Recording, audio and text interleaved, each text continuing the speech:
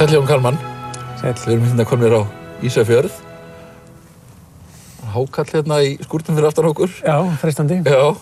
En þú ert komin með þriðju og held ég síðustu installasjónuna í þessum þríleik þínum sem þú ert að verið að skrifa og gerist augljóslega hér fyrir vestan. Já.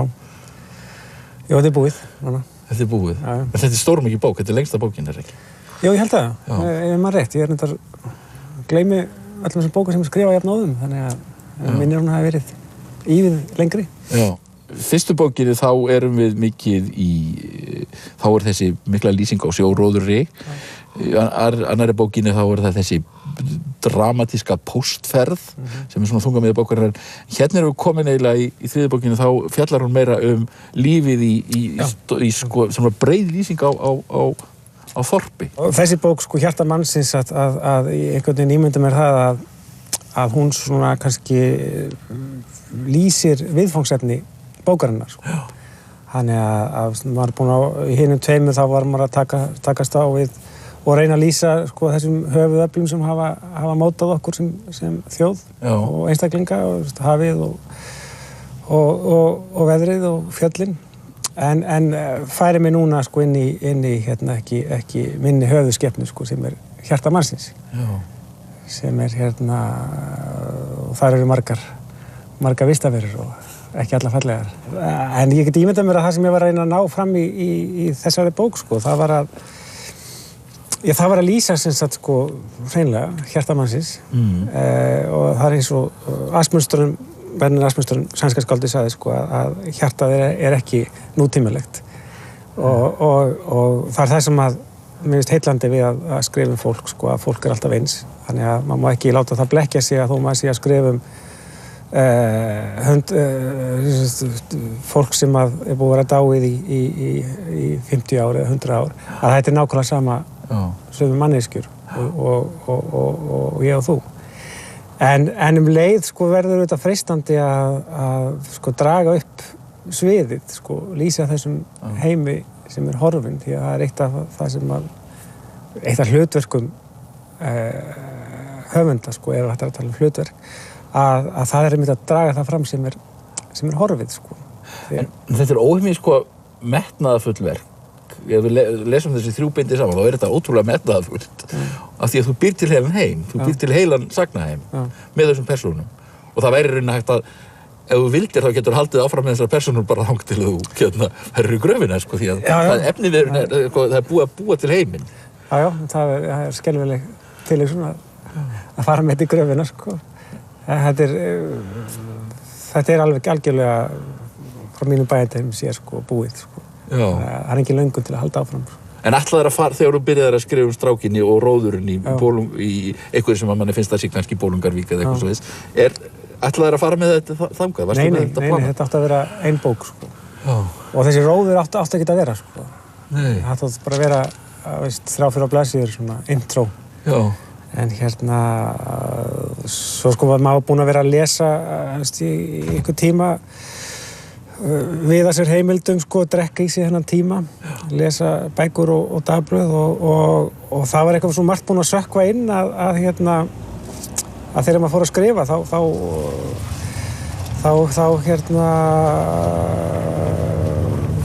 opnuðust gáttir, Þannig og það er það sem er svo mikilvægt með það sem er svo spennandi við skáldskapinn, að það kemur svo mikið kemur svo margt sem maður hefði ekki séð fyrir. Og skáldskapurinn er það sem maður sér ekki fyrir. Þess vegna getur hann verið svo óvæntur, þess vegna getur hann hrært í okkur, vegna þess að það er svo margt í honum sem við eigum erfitt með að skilja.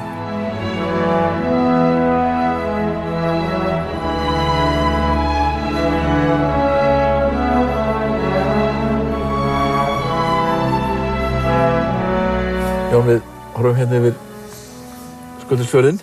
Já. Og menn hafa mikið pælt í sögusviði bókanna þennan. Já. Það er partur að Íslendingar taka allt svo bókstaflega. Já, Íslendingar lesa oft bækur með landakortið sér við hlið. Já. Og þetta er mjög mikilvægt í okkur, eða okkur þykir þetta mjög mikilvægt að geta staðfært og helst nafngreint. Já. Og við lesum Íslendingasögur þannig og erum gersamlega miður okkar sko, að landslagið hefur breyst til dæmis frá sögutíma Íslendingasagna og erum alveg eyðilegðir í því að geta ekki fundið þúirnar sem þarf að vera að lýsa. Og þetta getur verið frekar erfitt fyrir höfund sko, sem að vill lýsa en nefnir staðinn sem réttir nafni. Já. Að þá verður að vera með hvern stein á réttum stað sko. Því að lesandinn kemur á eftir og innsteini vilja sumir nappa mann sko. En ertu spurðu mikið að þessu? Hvað er þetta sé? Já, það er alltaf að spyrja þig? Já, bæði þessi og eins þegar ég skrifaði Sumarljós. Já. Fólk var ekkert í rónni fyrir að það vildi vita hvað það var staðsett og það er svo sem ósköp eðlilegt, ég meina, ef þú lest þetta er bara í eðli mannsins, þú vilt staðsetja þig, sko. En þú ert sko það er náttúrulega augljóst að þessar bækur að gerast hérna á Vestfjörðum og maður hefur svona eiginlega tilfinninguna að plássið sé Ísafjörður, verbúðin í fyrstu bókinni sé í Bolungarvík og svo Slétteyri, plássið það sé Hesteyri.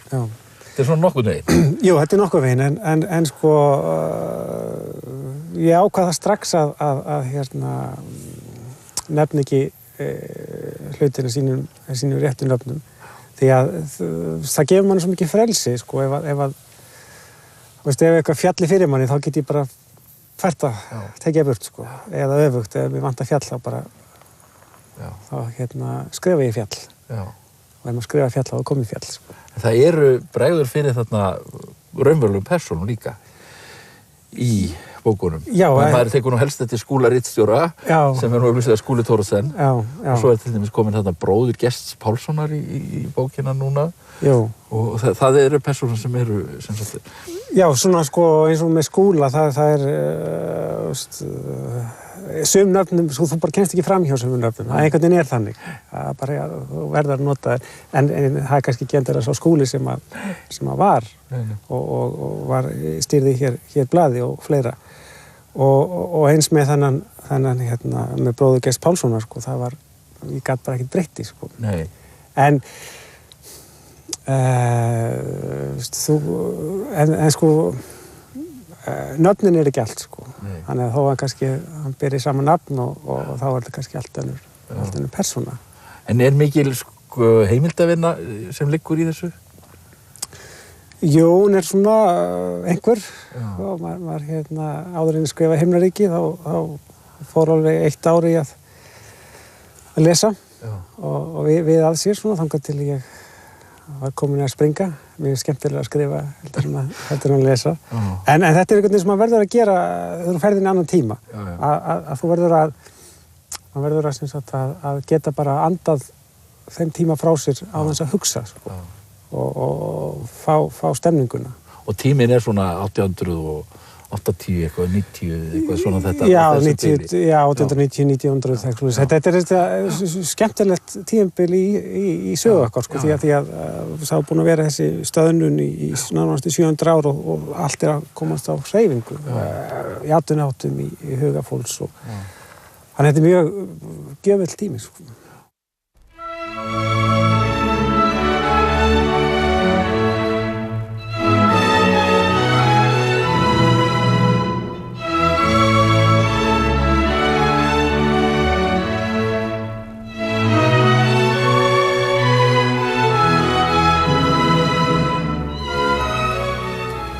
Við erum komin hérna í þetta frábæra hverfi hérna á Ísafirði, Silfurgötuna og Tangagötuna. Þetta er svona einn best varðveita gamla bæjarmynd á Íslandi. Já, mjög fallegt hérna.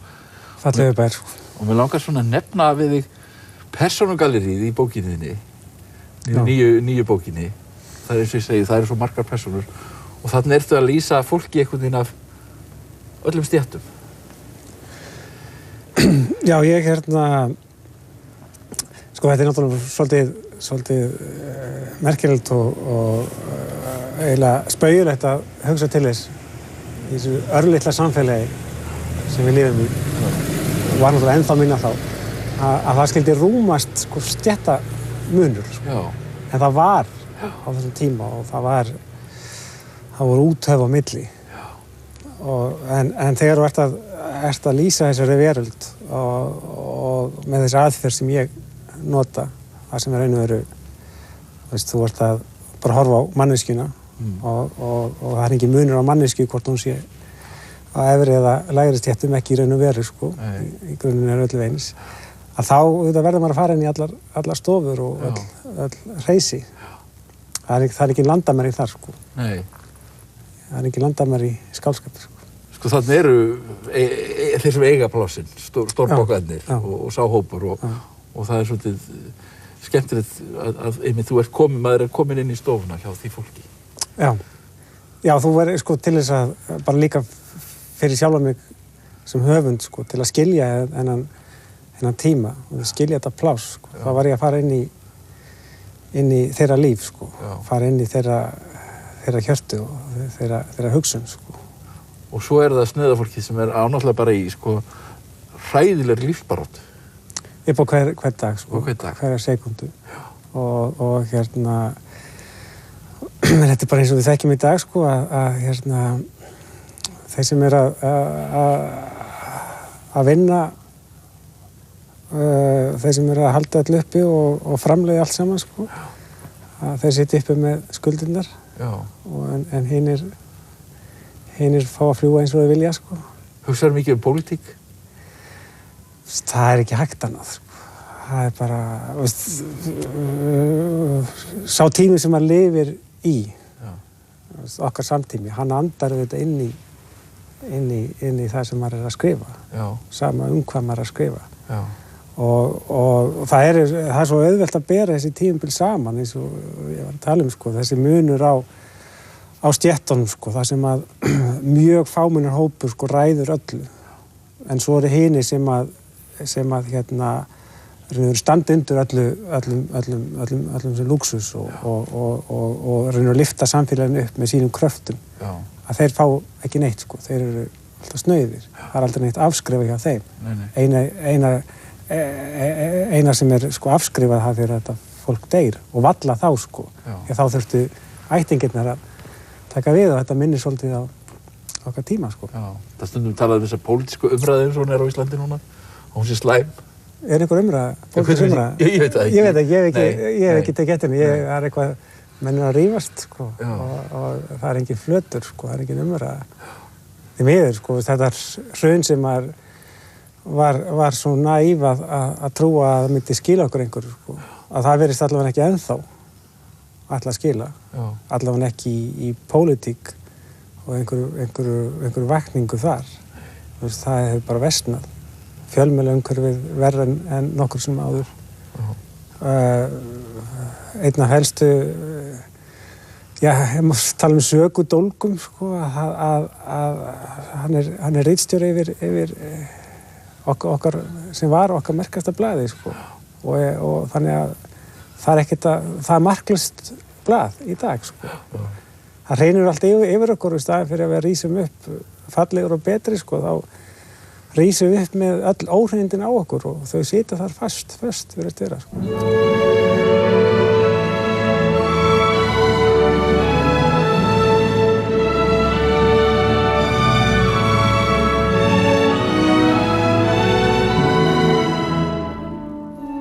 Jón, mér alltaf fundist þetta að vera svona við ysta haf. Maður geti, ef maður fer hérna aðeins lengur, þá farir maður fram af bara. Já, en þess vegna er þetta svona fallegt hérna. Já, þetta er ósvör hérna við Bolungarvík. Og hérna, ég sé ekki betur en að þessi borgarísi ekki að núti. Jú, hann var settur upp fyrir okkur, sérstaklega verið þig. Komum með hann hingað. Já, þetta er glæsilegt. Ja. En það er hérna náttúrulega sem að sagan þín byrjar í fyrstu bókinni. Já, það er svona þegar maður velur svo oft einhvern stað, sko, til að hafa í huga og svona hafa til einhvern til að styðjast við og hérna ósvörðin einhvern veginn lá svo beint við að nota hana. Já. Þannig að hérna byrjaði þetta. Já, og það er það er náttúrulega ótrúlega mikið það er náttúrulega mikla lýsingar á veðri í bókunum þínum, en það er mikið sjóferðir. Fólk er alltaf að fara fram og tilbaka á sjó og það eru ansi margir sem að farast í sjó í þessu verki. Já, og sko samt eiginlega miklu færri en gerðu í raun og veru sko hér í Danmörku, með því að það voru erfitt fyrir okkur að ímynda okkur hennan heim eða skilja að fólk sem sagt að það voru mest karlmenn sem voru á sjónum og einhverja konur en langmest karlmenn að þeir fóru á sjónu, fóru á stað sko, þú vissir ekkert hvort þú kæmir aftur eða ekki sko. Og ef þú fórst ofan í sjóin þá varstu búinn sko. Kunni enginn að synda. Men kunni alveg ekki synda. Nei. Svo fóru þeir kannski 10-15 klukkutíma róður sko, stundum styttra sko, en á aldrei með nesti sko. Það var bara borða þegar þú fórst á stað og svo þegar þú komst tilbaka. Það var einhvern sýrukút sko, þetta var einhvern mjög skrítin. Það er engin heilbrigð skynsemi í þessu sko. Það var alls ekki við að kunna að vera ósyndur og að síðan ekki vera með neitt nesti með sér og erfiðisvinnu. En það er alveg ótrúlega hvað manneskjan getur komið sér upp svona hefðum og vana sem mjög, eiginlega bara kjánaleg og heimskuleg. En við erum svo duglega að beygja okkur undir allar andskotann. Ég meina í dag beygja okkur undir tískuna sko, og verðum við kjánaleg í henni. En það kannski, og það er eitt af sem að listin á að gera, hún að láta okkur að efast þennan heim sem við hræðumst í sko. En þannig eru náttúrulega svolítið mikið örlög þessara þjóðar þegar maður kemur, það finnst mann einhvern veginn örlög hérna. Hún er hérna stórum hluta sko, og sem við erum svolítið búin að gleyma, af því að þó að þetta sé ekki nema 70-100 ári burtu, þá virðist þetta svona 7000 ár, því að breytingarnar hafa verið svo svakalega miklar. Það er annað sem ég langaði að nefna þig, það er frásagnarmátinn í bókunum þínum og þetta er náttúrulega stór hluti af verki rithöfundar, það er að velja sér sjónarhorn. Það er kannski aðalatriðið í raun og veru. Já, ég meina frásagnaraðferðin, það er að segja hvernig þú segir söguna. Það veltur allt á því. Sko, það mótar algjörlega söguna og sko frásagnarmátinn og stíllinn, þetta er eitt og það sama og ef þú myndir taka það er hægt að leika sér að því að taka til bók eins og sko sjálfstætt fólk og hvernig væri hún eða hún er sögð í fyrstu persónu sem dæmi. Þú ert með gjörólíka bók, gjörólíkt verk, þannig að þegar maður fer af stað með eitthvað sko, þá er þetta fyrsta sem þú þarft að leysa, fyrsta vandamála sem stendur fram, fyrsta spurningin. Hvernig ætlar að segja þetta? Og ég sko valdi það þegar svona komst tiltölulega fljótt niður á þessa lausn sko, að segja frá, af því ég vildi segja frá þessum tíma eins og hann væri bara hér í dag. Og ég vildi hafa sögurödd sem að þekkti þennan liðna tíma jafnvel og okkar samtíma. Og vera semst að báðum stöðum einu þegar ég var að segja þetta.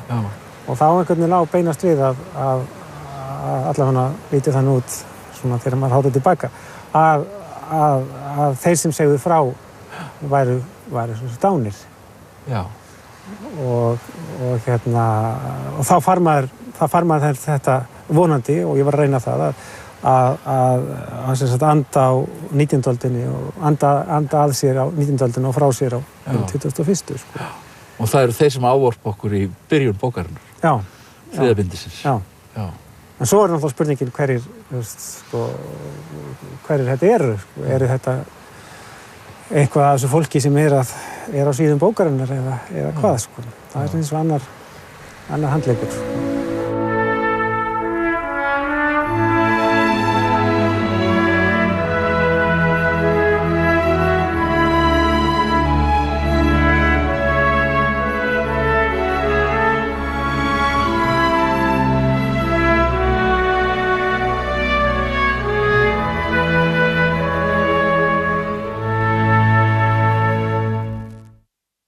Kalt hérna, Það svolítið nafnvört. Við erum upp á Bolafjalli, horfum inn í Jökulfirðina. Já, sem er að hverfa. Sem er að hverfa. Það er náttúrulega rosalega kuldi í þessum bókum þínum. Já, hann mætir okkur hérna uppi. Já. Þetta er reyndar þessi næðingu sem maður er að reyna að ná inn í orðin. Já. Sérstaklega í öðru bindinu. Það er náttúrulega kuldin og snjórinn. Það er svolítið kalt þar, sko. Já. Það er svolítið kalt þar. Ef maður er text það, sko, að skrifa þannig að lesandum verði kalt, þá erum við búin að ná einhverju, sko. Já. Og fanga veðrabrigðin í orð. Já, bara breyta orðunum í veður. Já. En þeir eru hérna inni, nú erum við búin með þetta. Þetta hverfur. Hesteyri sem er nú líklega fyrirmyndir þarna að Slétteyri sem þú ert með í bókinni. Aðalpersónan er alltaf, og miðpunkturinn er þessi strák. Já. Og og hann kemur svona svolítið róti í kringu sinni, af því að hann er svolítið öðruvísi en hitt fólki. Já, hann er með skáldskap í sér, hann er með einhvern, sko, hann er rótlaus. Vantar ræturnar í hann er missa allt og leitandi, hann er spyrjandi og efast allt, veit ekki neitt og þegar hún mætir þannig manneskju, hún kemur rót á því, sko. Því hún efast allt reynur sem hún segir án þess að nefna það með orðum, heldur bara með látbragði sínu, sko. En hann er svolítið spurningamerki, maður hefur på tilfenguna hann getur orðið ekkert, hann getur orðið engu en hann getur líka orðið eitthvað mjög mikið, sko, þessi persóna. Já, og það má sumpart, sko, eins og íslenska þjóðin, sko. Hún hangir hérna, hefur eilíflega, sko, verið hangandi á milli, einskis og alls. Hann dálítið Ólafur Kárason í honum.